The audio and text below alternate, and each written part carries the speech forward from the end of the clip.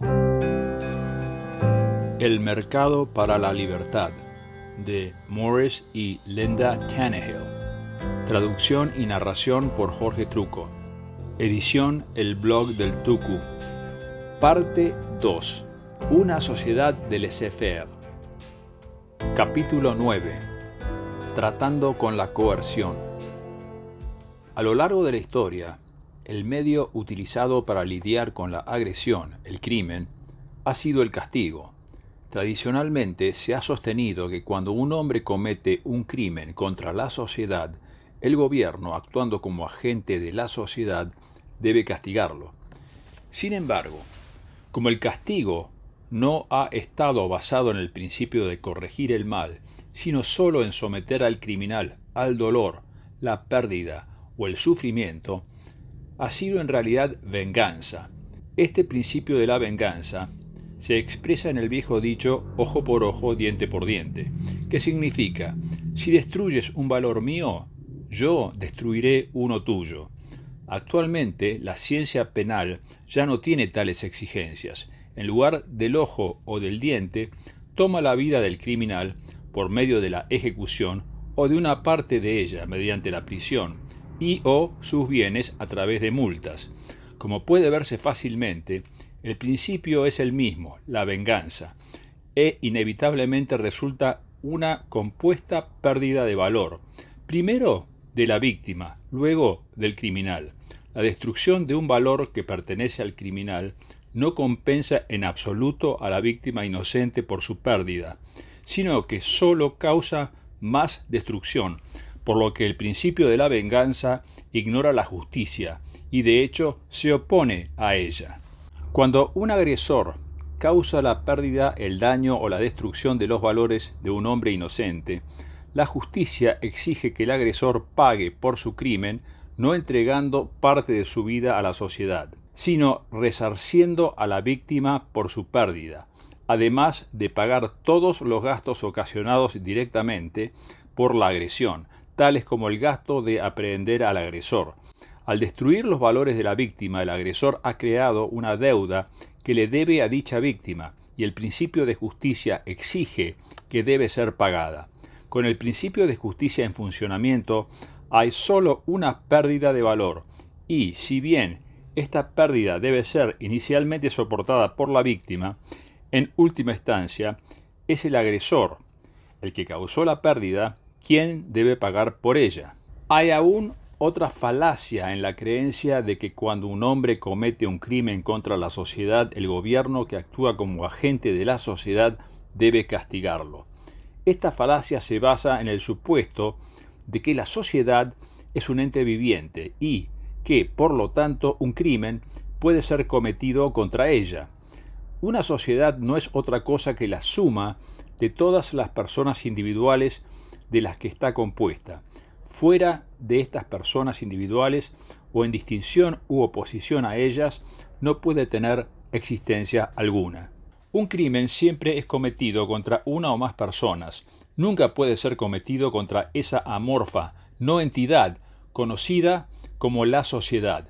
Incluso si algún crimen en particular afectara a todos los miembros de una sociedad, dicho crimen aún habría sido cometido contra individuos y no contra la sociedad, porque son solo los individuos los que son entes vivientes, distintos, separados e independientes. Dado que un crimen solo puede ser cometido contra individuos, un criminal no puede ser racionalmente considerado como que tiene una deuda con la sociedad, ni tampoco puede pagarle su deuda a la sociedad. Su única deuda es con él o los individuos perjudicados. Toda disputa es entre agresor o agresores y víctima o víctimas. Ni la sociedad ni sus miembros como grupo tienen ningún interés directo en el asunto. Es cierto que todos los miembros honestos de una sociedad tienen un interés general en ver que los agresores sean llevados ante la justicia con el fin de desalentar más agresión. Este interés, sin embargo, no se aplica a actos específicos de agresión, sino a la estructura social total que alienta o desalienta actos de agresión. El interés en el mantenimiento de una estructura social justa no constituye un interés directo en la resolución de cualquier disputa en particular que implique agresión. Como los crímenes no pueden ser cometidos contra la sociedad, es una falacia considerar al gobierno un agente de la sociedad para el castigo del crimen. Tampoco puede el gobierno ser considerado el agente de los miembros individuales de la sociedad, ya que estos individuos jamás firmaron un contrato nombrando al gobierno su agente. Por lo tanto, no hay ninguna razón válida para que funcionarios gubernamentales sean designados árbitros de disputas y rectificadores de injusticia. Por cierto, estamos acostumbrados al castigo del crimen por parte del gobierno, de modo que para muchas personas esto parece normal y razonable, mientras que cualquier otro medio para tratar con la agresión parece sospechoso y extraño. Sin embargo, un examen imparcial de los hechos muestra que este sistema gubernamental es en realidad tradicional, pero no racional. Dado que ni la sociedad ni el gobierno pueden tener ningún interés racional en llevar a un agresor específico ante la justicia, ¿quién es el interesado? Obviamente la víctima. Y en segundo lugar, aquellos para quienes el bienestar de la víctima constituye un valor, como su familia, sus amigos y sus socios comerciales. De acuerdo con el principio de justicia, los que han sufrido una pérdida como consecuencia de un acto agresivo deben ser compensados a expensas del agresor, y por lo tanto son aquellos que han sufrido la pérdida quienes tienen interés en ver que el agresor sea llevado ante la justicia. Los pasos que la víctima puede moralmente dar para llevar al agresor ante la justicia y las reparaciones exactas que éste debe realizar se basan en el derecho a la propiedad, lo cual a su vez se basa en el derecho a la vida. La propiedad de un hombre es suya, le pertenece a él, y este hecho no cambia si la propiedad pasa a la posesión de un agresor por medio de un acto de fuerza. Si bien el agresor puede estar en posesión de la propiedad, solo el propietario tiene el derecho moral a la misma. Por ejemplo, supongamos que al salir de un edificio, usted ve a un extraño en el asiento del conductor de su automóvil, preparándose para arrancar e irse. ¿Tendría usted el derecho moral de sacarlo por la fuerza y recuperar así la posesión de su automóvil? Sí, ya que la posesión temporal del ladrón no altera el hecho de que la propiedad es suya. El ladrón usó un sustituto de fuerza iniciada cuando trató de robar su automóvil, y usted está moralmente justificado al emplear la fuerza de represalia para recuperarlo. Supongamos que en vez de atrapar al ladrón inmediatamente, usted se ve obligado a perseguirlo a él y a su automóvil durante 2 cuadras, y solo puede alcanzarlo cuando lo detiene la barrera de un tren. ¿Tiene usted todavía el derecho de empujarlo hacia afuera y recuperar su automóvil? Sí, ya que el paso del tiempo no erosiona su derecho a poseer su propiedad. Supongamos, en cambio, que el ladrón se escapa, pero que 2 meses más tarde usted lo ve bajar de su automóvil en el centro de la ciudad. Usted verifica por el número de patente que efectivamente es su automóvil. ¿Tendría usted el derecho moral de subirse al automóvil e irse? Sí. De nuevo, el paso del tiempo no genera diferencia alguna en sus derechos de propiedad. Supongamos que el que ve bajar del automóvil al ladrón no es usted, sino el detective que usted ha contratado para recuperarlo. Este, actuando como su agente, tiene derecho a recuperar la posesión de su automóvil, como si se tratara de usted. Usted encuentra que el guardabarros y el faro delantero de su automóvil están chocados debido al manejo descuidado del agresor. La reparación cuesta $150. ¿Tiene usted derecho a cobrar esa cantidad al agresor? Sí, porque usted fue la víctima inocente de un acto de agresión. Es el ladrón, no la víctima, quien está moralmente obligado a pagar todos los costos ocasionados por su agresión. En resumen, la propiedad de un bien no cambia si el bien es robado, ni es erosionada por el paso del tiempo. El robo, daño o destrucción de la propiedad de otra persona constituye un acto de coerción y la víctima tiene el derecho moral de usar la fuerza de represalia para recuperar su propiedad. También tiene el derecho a cobrar al agresor una compensación por todos los costos ocasionados por la agresión. Si lo desea, la víctima puede contratar a un agente o a agentes para realizar cualquiera de estas acciones en lugar suyo. Cabe señalar que a menudo la agresión no solo perjudica a la víctima, sino también a aquellos que están estrechamente relacionados con ella. Por ejemplo, cuando un hombre es asaltado y seriamente herido, su familia puede tener que soportar gastos, así como sufrir ansiedad.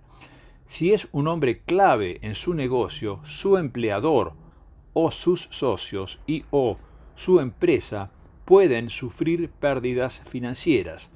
Toda esta destrucción de valor es el resultado directo del comportamiento irracional del agresor, y dado que las acciones tienen consecuencias, el agresor tiene la responsabilidad de hacerse cargo de las reparaciones por estas pérdidas secundarias, así como por la pérdida primaria sufrida por la víctima.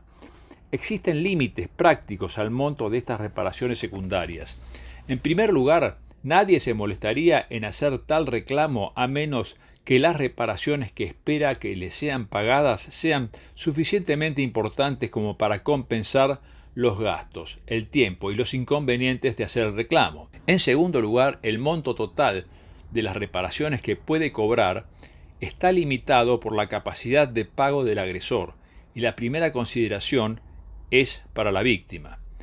A los efectos de simplificar, solo la pérdida de la víctima será tratada aquí, pero todos los principios y consideraciones que se aplican a esta se aplican también a todos aquellos que han sufrido una pérdida directa y seria como resultado de la agresión. En el proceso de cobrarle al agresor, ni la víctima ni sus agentes pueden destruir, por descuido o violentamente, valores pertenecientes al agresor, o sacarle más valor que el que corresponde a la propiedad original o su equivalente, más los gastos ocasionados por la agresión. Si la víctima lo hiciera, se pondría en deuda con el agresor, a menos, por supuesto, que el agresor haya hecho inevitable la destrucción al negarse a devolver la propiedad de la víctima sin resistirse. Si el agresor acusado alega que es inocente o que el monto de las reparaciones reclamadas por la víctima es excesivo, existe una situación de disputa entre ambas partes que puede requerir un arbitraje. Las condiciones de dicho arbitraje, las fuerzas que impulsan a ambas partes a aceptarlo como vinculante y las garantías que ofrece el mercado respecto de su justicia serán examinadas a continuación. En una sociedad de laissez-faire, las compañías de seguros venderían pólizas que cubrirían al asegurado contra pérdidas de valor producidas por la agresión. El costo de la póliza estaría basado en el valor de los bienes cubiertos y la cantidad de riesgo. Dado que, en la mayoría de los casos, los agresores pagarían los principales costos de su agresión, las compañías de seguros perderían solo cuando el agresor no pudiera ser identificado o detenido, cuando hubiera muerto antes de haber restituido el total adeudado o cuando las reparaciones fueran de tal magnitud que no pudiera pagarlas durante el transcurso de su vida. Dado que las compañías recuperarían la mayor parte de sus pérdidas y como en una sociedad de libre mercado la agresión sería mucho menos común, los costos del seguro contra agresiones serían bajos y casi todos los individuos podrían afrontarlos. Por esta razón, nos ocuparemos principalmente del caso de un individuo asegurado que se convierte en víctima de una agresión. Tras sufrir la agresión, y suponiendo que la defensa propia inmediata fuera imposible o inapropiada, la víctima llamaría cuanto antes a su compañía de seguro. La compañía enviaría de inmediato a un investigador para corroborar la validez del reclamo y evaluar el alcance de la pérdida. Una vez determinado el monto, la compañía compensaría plenamente a la víctima dentro de los límites que marcan los términos de la póliza de seguro. También haría lo posible para reducir al mínimo las inconveniencias. Por ejemplo, le prestaría un automóvil hasta que el que le fue robado fuera recuperado o reemplazado, con el fin de promover la buena voluntad del cliente e incrementar las ventas. ¿Alguien alguna vez ha oído hablar de un departamento de policía del gobierno que hiciera algo así? Una vez cumplidos los términos de la póliza, la compañía de seguros, ejerciendo su derecho de subrogación, intentaría identificar y aprehender al agresor con el fin de recuperar sus pérdidas. En este punto, la víctima sería relevada de toda otra responsabilidad en el caso, salvo alguna posible aparición como testigo en una audiencia de arbitraje. Si fuera necesario, la compañía de seguros usaría detectives para aprender al agresor. El hecho de que la compañía use sus propios detectives o contrate un servicio de defensa independiente dependerá de cuál sería el curso más factible dadas las circunstancias. Obviamente, una agencia de defensa privada competitiva, ya sea auxiliar de una compañía de seguros en particular o una firma independiente contratada por varias compañías de seguros, tal como lo son hoy algunas agencias, sería mucho más eficiente resolviendo crímenes y aprehendiendo agresores que los actuales departamentos de policía gubernamentales. En un mercado libre, la competencia impulsa hacia la excelencia. Al aprehender al agresor, los representantes de la compañía de seguros le presentarían una factura por el total de los daños y gastos incurridos. Esta primera aproximación sería tan pacífica como la situación lo permitiera, porque la fuerza es un gasto improductivo de energía y recursos y, por lo tanto, es evitada por el mercado siempre que sea posible. Primero, los representantes de la compañía de seguros intentarían un acuerdo voluntario con el agresor acusado. Si él fuera obviamente culpable y el monto de reparaciones solicitadas fuera justo, estaría en su interés aceptar este acuerdo y evitar involucrar a una agencia de arbitraje, ya que el costo de cualquier arbitraje se sumaría a su factura si perdiera en su intento de engaño en lo que es justicia. Si el agresor acusado alegara inocencia o deseara impugnar el monto de la factura, y si él y los representantes de la compañía de seguros no pudieran llegar a un acuerdo, la cuestión tendría que ser sometida a un arbitraje vinculante, tal como ocurriría con una disputa contractual. Una legislación que obligara a las partes a someterse a un arbitraje vinculante sería innecesaria, porque cada una de ellas encontraría al arbitraje como algo que está en su propio interés. Tampoco sería necesaria la protección legal de los derechos de todos los implicados, porque la estructura de la situación del mercado los protegería. Por ejemplo, la compañía de seguros no se atrevería a presentar cargos contra un hombre a menos que tuviera muy buena evidencia de su culpabilidad, ni se atrevería a ignorar cualquier solicitud de arbitraje que éste hiciera. Si la compañía de seguros cometiera una torpeza semejante, el acusado, especialmente si fuera inocente, podría presentar cargos contra ella, obligándola a retirar sus cargos originales y o podría pasarle a la compañía una factura por daños. Tampoco podría rehusarse a someterse a un arbitraje por los cargos que el acusado hiciera en su contra, porque si lo hiciera, esto causaría un daño grave a su reputación comercial. Y en un contexto de libre mercado, en el que el éxito económico depende de la reputación individual o corporativa, ninguna compañía puede permitirse tener una reputación de negligencia, falta de confiabilidad o injusticia. Cabe destacar aquí que la noción de la presunción de inocencia de un hombre hasta que en un juicio por jurado se demuestre su culpabilidad puede ser irracional y a veces directamente ridícula. Por ejemplo, cuando un hombre comete un asesinato político a la vista de varios millones de televidentes, muchos de los cuales lo pueden identificar plenamente en las películas del incidente, y es arrestado en el acto con el arma todavía en su mano, Es absurdo tratar de ignorar los hechos y fingir que es inocente hasta que un jurado pueda pronunciarse sobre el asunto.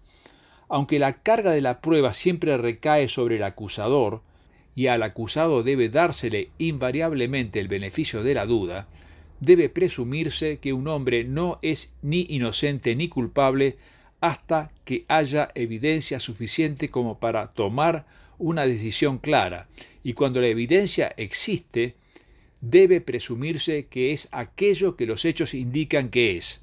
La decisión de un árbitro es necesaria solo cuando la evidencia no es clara y o si existe una disputa que no puede ser resuelta sin la ayuda de una tercera parte imparcial.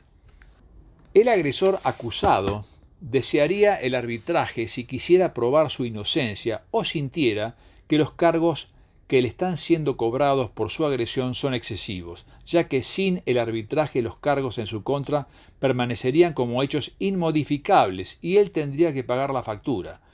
Por medio del arbitraje, él podría demostrar su inocencia y así evitar el pago de reparaciones o si fuera culpable, podría expresar alguna opinión sobre el monto de las mismas. Si fuera inocente, estaría especialmente ansioso por someterse a un arbitraje, no solo para confirmar su buena reputación, sino para cobrarle los daños a la compañía de seguros por los problemas que le ha causado, y de este modo rectificar la injusticia cometida contra él.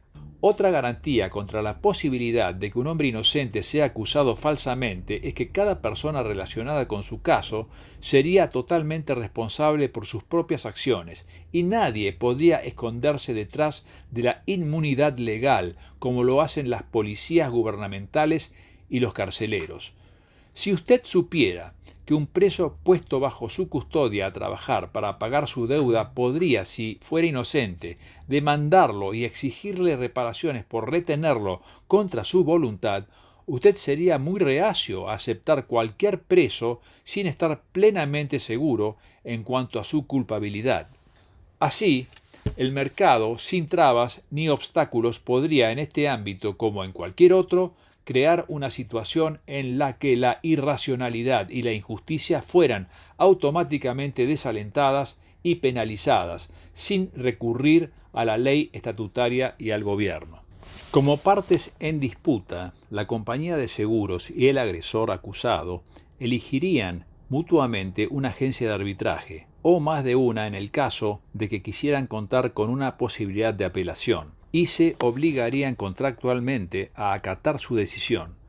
En la eventualidad de que no pudieran ponerse de acuerdo en cuanto a una sola agencia de arbitraje, cada uno podría designar a la agencia de su preferencia, y las dos agencias entenderían el caso en forma conjunta, con la provisión previa de que si no estuvieran de acuerdo en la decisión, someterían el caso a una tercera agencia previamente seleccionada por ambas partes para el arbitraje final.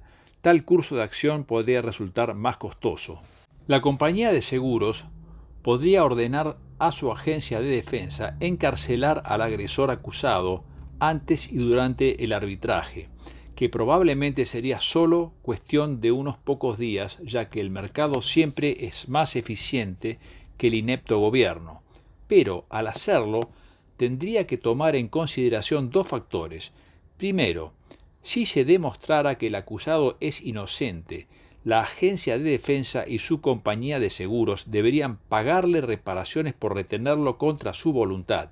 Incluso si fuera juzgado culpable, serían responsables de resarcirlo si lo hubiesen tratado por la fuerza de manera excesiva en relación con la que la situación requería. Al no ser agentes del gobierno, no tendrían inmunidad legal por las consecuencias de sus acciones. Segundo, retener a un hombre resulta caro, requiere alojamiento, comida y guardias. Por tales razones, la compañía de defensa no impondría al acusado agresor otras restricciones que las que considerara necesarias para evitar que se escapara y se escondiese. Sería tarea de la agencia de arbitraje el comprobar la culpabilidad o la inocencia del acusado y determinar el monto de las reparaciones. Al fijar el pago de las reparaciones, los árbitros operarían de acuerdo con el principio de que en un caso de agresión, la justicia consiste en exigir al agresor compensar a la víctima por su pérdida hasta donde le sea humanamente posible. Puesto que cada caso de agresión es único, incluye diferentes personas, acciones y circunstancias, los pagos por las reparaciones se basarían en las circunstancias de cada caso y no en la ley estatutaria y en los precedentes legales. Aunque los casos de agresión varían mucho, hay diversos factores de gastos que, combinados de variadas formas, determinan el monto de una pérdida y por lo tanto la dimensión de las reparaciones. Un factor básico de estimación de costos es el costo de cualquier propiedad robada, dañada o destruida. Se le requeriría al agresor devolver cualquier propiedad robada que aún estuviera en su poder. Si hubiera destruido un elemento reemplazable, como un televisor, tendría que pagarle a la víctima una cantidad de dinero igual a su valor, para que ésta pudiera reemplazarlo. Si el agresor hubiera destruido un objeto que no pudiera ser reemplazado, pero que tuviera un valor de mercado, por ejemplo, una famosa obra de arte como la Gioconda, tendría que pagar su valor de mercado aunque no fuera posible comprar otro. El principio que rige aquí es que, aunque el valor no pueda ser reemplazado, por lo menos la víctima no debe quedar financieramente en peor situación que si lo hubiera vendido en lugar de haberle sido robado por un ladrón. La justicia exige que el agresor compense a la víctima en la medida de lo humanamente posible, y reemplazar un valor irreemplazable es imposible. Además del costo básico de la propiedad robada y destruida, un acto de agresión puede causar varios costos adicionales, por los que el agresor sería responsable de pagar. Un agresor que robara el automóvil de un vendedor podría hacer que el vendedor perdiera una importante cantidad de ventas, lo que representaría un costo financiero adicional. Un violador que atacara y golpeara a una mujer sería responsable no solo de pagar las facturas de atención médica por las heridas que le hubiese causado, así como las reparaciones correspondientes al tiempo que ella hubiese tenido que faltar a su trabajo, sino que también debería compensar a su víctima por su dolor y sufrimiento tanto mental como físico. Además de todas las deudas contraídas con la víctima primaria, el agresor también podría deber reparaciones secundarias a otros que hubiesen sufrido indirectamente por causa de sus acciones, por ejemplo, la familia de la víctima. En adición a estos costos ocasionados por la agresión misma, el agresor sería también responsable por cualquier costo razonable que implicara el hecho de aprehenderlo, así como por el costo del arbitraje, que probablemente sería pagado por el perdedor en cualquier caso. Dado que el servicio prestado por la agencia de arbitraje consistiría en emitir decisiones justas, y dado que la justicia sería la base sobre la cual competiría en el mercado, los árbitros harían todo lo posible para solucionar las reparaciones en un nivel justo, de acuerdo con los valores del mercado. Por ejemplo, si la compañía de defensa hubiera pasado una factura excesivamente alta por aprehender al agresor, los árbitros se negarían a hacerle pagar a dicho agresor el gasto excesivo. Así, la compañía de defensa se vería obligada a pagar por sus propias malas prácticas comerciales en lugar de pasarle la factura a otro. En caso de que las reparaciones ascendieran a más de lo que el agresor pudiera posiblemente ganar en el transcurso de su vida, por ejemplo, un obrero no calificado que iniciara un incendio de $1.000.000 en pérdidas, la compañía de seguros y los otros demandantes negociarían un acuerdo por una cantidad que esperan que pudiera razonablemente pagar a lo largo del tiempo. Procederían así porque no sería de ningún beneficio para ellos fijar reparaciones mayores que las que el agresor jamás tuviera la esperanza de pagar, y de ese modo se desalentara al punto de no trabajar para cumplir con su obligación. Vale la pena señalar aquí que un gran porcentaje del sueldo de un trabajador puede serle quitado por un periodo prolongado sin que pierda totalmente sus incentivos para vivir y trabajar. En la actualidad, el americano promedio paga más de un tercio de sus ingresos en impuestos y espera hacerlo durante el resto de su vida, mientras que los que perciben planes sociales del gobierno aún constituyen una minoría. Muchos valores que pueden ser destruidos o dañados por actos de agresión no solo no son reemplazables, sino tampoco intercambiables, es decir, no pueden ser intercambiados en el mercado, por lo que ningún valor monetario puede ser fijado para ellos.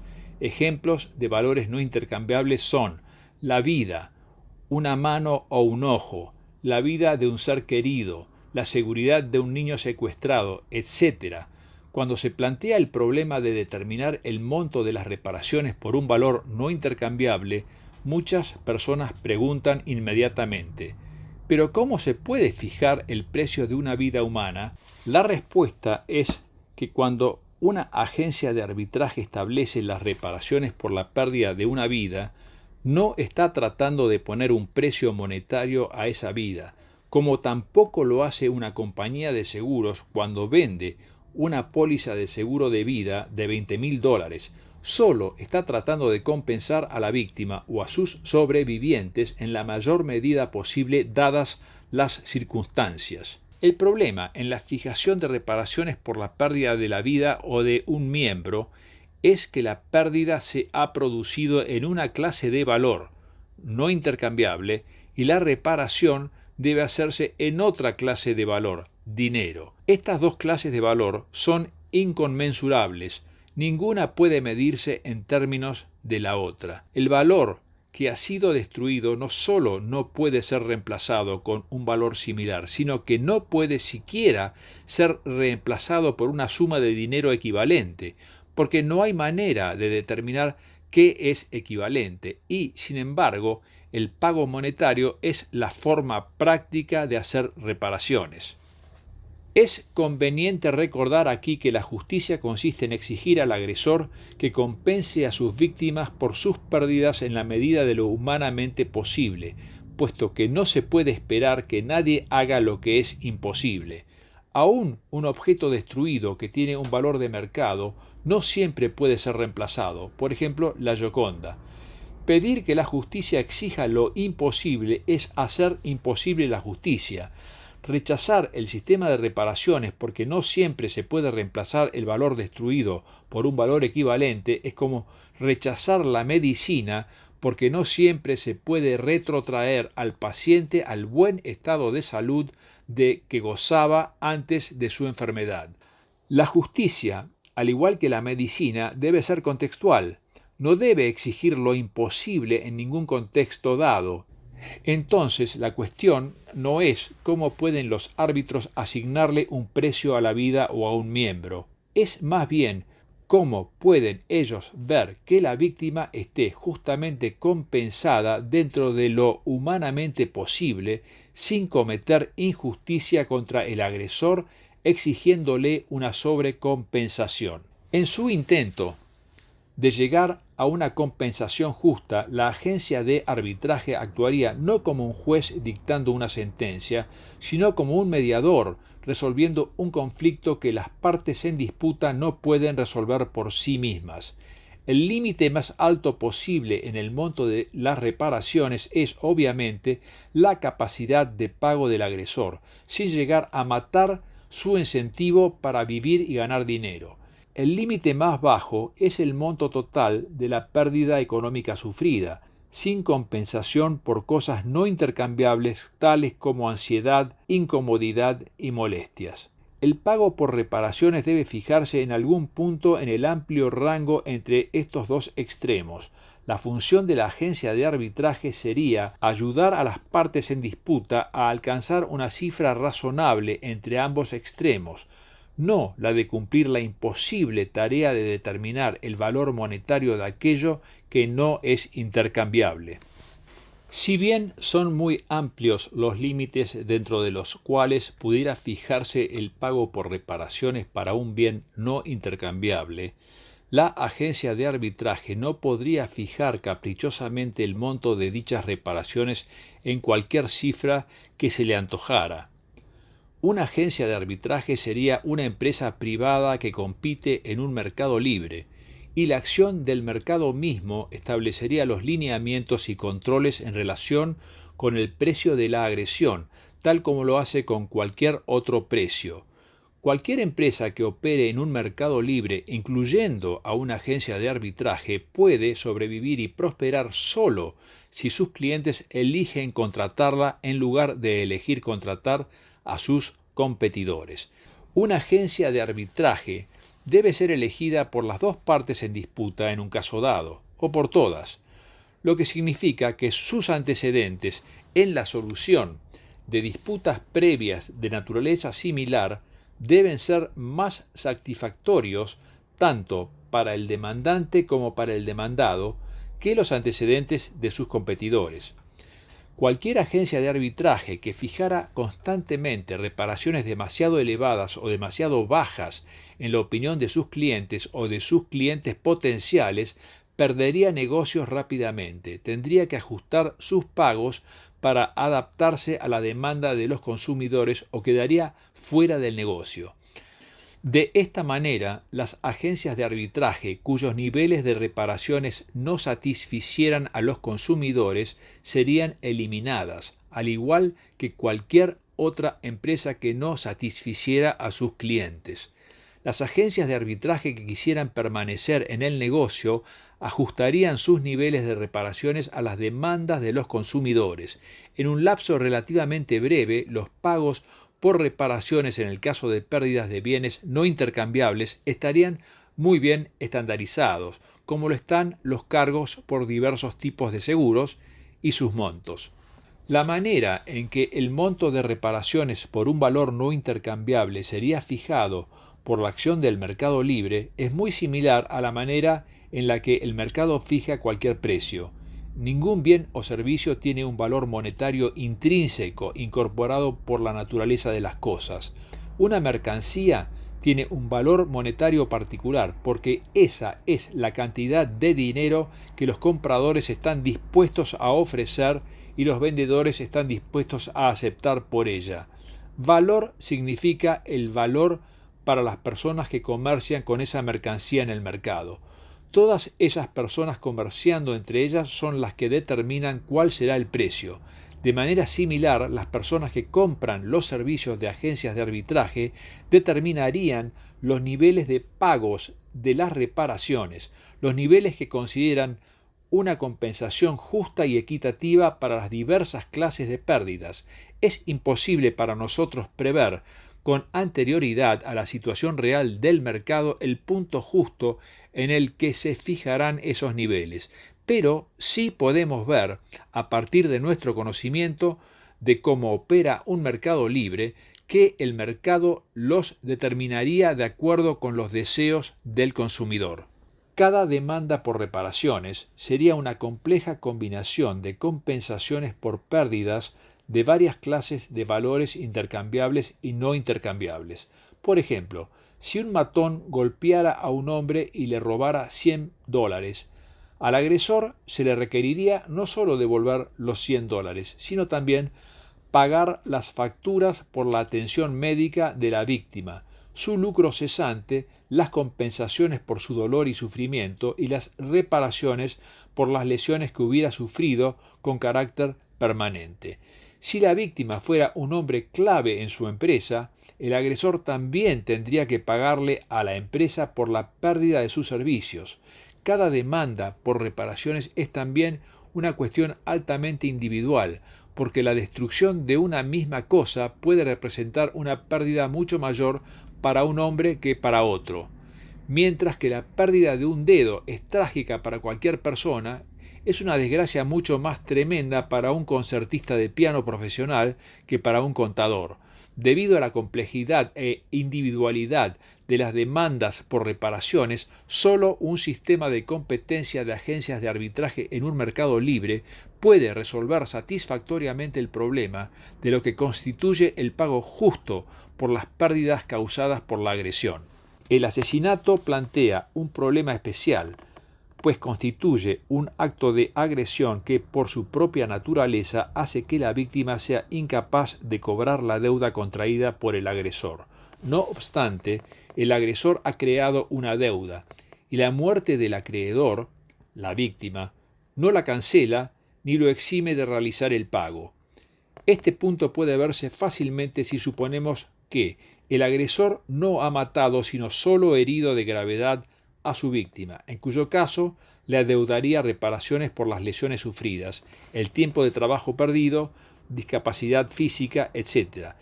Pero si la víctima luego muriera a causa de sus heridas antes de que la deuda pudiera ser pagada, el deudor obviamente no quedaría por ello liberado de su obligación. A este respecto es útil recordar lo que una deuda realmente es. Una deuda es una propiedad que moralmente pertenece a una persona pero que se encuentra en posesión real o potencial de otra. Dado que la deuda ocasionada por el ataque a la víctima habría sido su propiedad de haber sobrevivido a ese ataque, su muerte la coloca junto con el resto de sus bienes dentro de su patrimonio, para convertirse en propiedad de sus herederos. Además de la deuda primaria adeudada al patrimonio de la víctima, el agresor también tiene deudas con todos aquellos a quienes la muerte de la víctima ha causado una pérdida de valor directa e importante, como su familia, aun cuando estas personas puedan también ser sus herederos. No pagar reparaciones a los herederos simplemente porque ellos también van a heredar las reparaciones que le habrían sido pagadas a la víctima si hubiera sobrevivido, sería como rehusarse a pagarles porque heredarían cualquier otra parte de las propiedades de la víctima. Pero supongamos que un agresor asesinara a un viejo y malhumorado recolector de frutas ambulante sin familia, sin amigos y sin seguro contra agresiones. ¿Podría el agresor quedar desafectado sin pagar nada solo porque su víctima no tenía valor para nadie más que para ella misma y no dejó herederos de sus propiedades? No, el agresor aún tendría una deuda con el patrimonio del recolector de frutas, tal como si hubiera un heredero. La diferencia es que, sin un heredero, el patrimonio, incluyendo la deuda ocasionada por la agresión, se convierte en propiedad potencial que no tiene dueño. En nuestra sociedad, dicha propiedad potencial que no tiene dueño es expropiada inmediatamente por el gobierno, así como muchas otras riquezas que no tienen dueño. Tal práctica solo puede justificarse si uno supone que el gobierno o el público es el dueño original y verdadero de toda propiedad, y que a los individuos se les permite meramente tener propiedades por gracia y placer del gobierno. En una sociedad de libre mercado, la riqueza que no tiene dueño pertenecería a cualquier persona que se tomara el trabajo de tomar posesión de ella primero.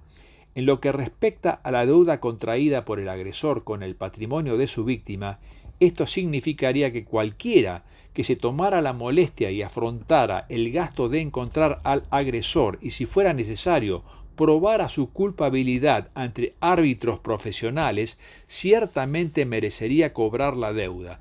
Esta función podría ser realizada por un individuo, por una agencia especialmente constituida con este propósito, aunque parece poco probable que hubiera suficientes situaciones de esta naturaleza para mantener semejante agencia, o por una agencia de defensa o una compañía de seguros. Lo más factible es que fueran las compañías de seguros las que se encargarían de este tipo de agresiones a fin de poner freno a la violencia y ganarse la buena voluntad de los clientes.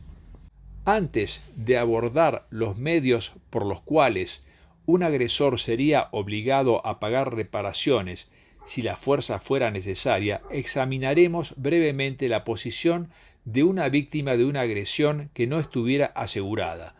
Siempre que existe demanda de un servicio, el mercado se dirige a satisfacerla. Por esa razón, un hombre que no estuviera asegurado también tendría acceso a servicios de defensa y a agencias de arbitraje, pero, aunque tendría un recurso similar a la justicia, el hombre carente de seguro encontraría que su falta de previsión lo habría puesto en una situación de desventaja en varios aspectos. La víctima no asegurada no recibiría compensación inmediata, sino que tendría que esperar hasta que el agresor pagara las reparaciones, lo que podría demorar años si el agresor no tuviera el dinero para pagar la deuda de inmediato y tuviera que hacerlo en cuotas.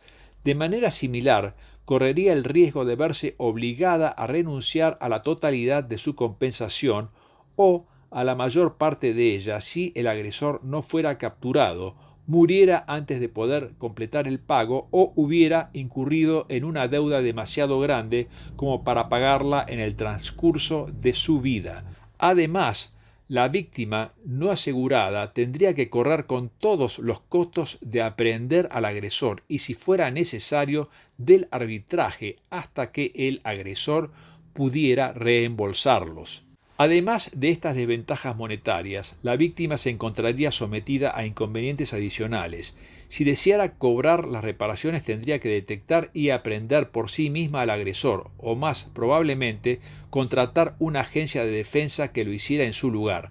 También tendría que hacer sus propios arreglos para el arbitraje. Tomando en cuenta todo esto, una persona encontraría que el seguro contra agresiones bien vale el gasto y sin duda la mayoría de la gente lo contrataría.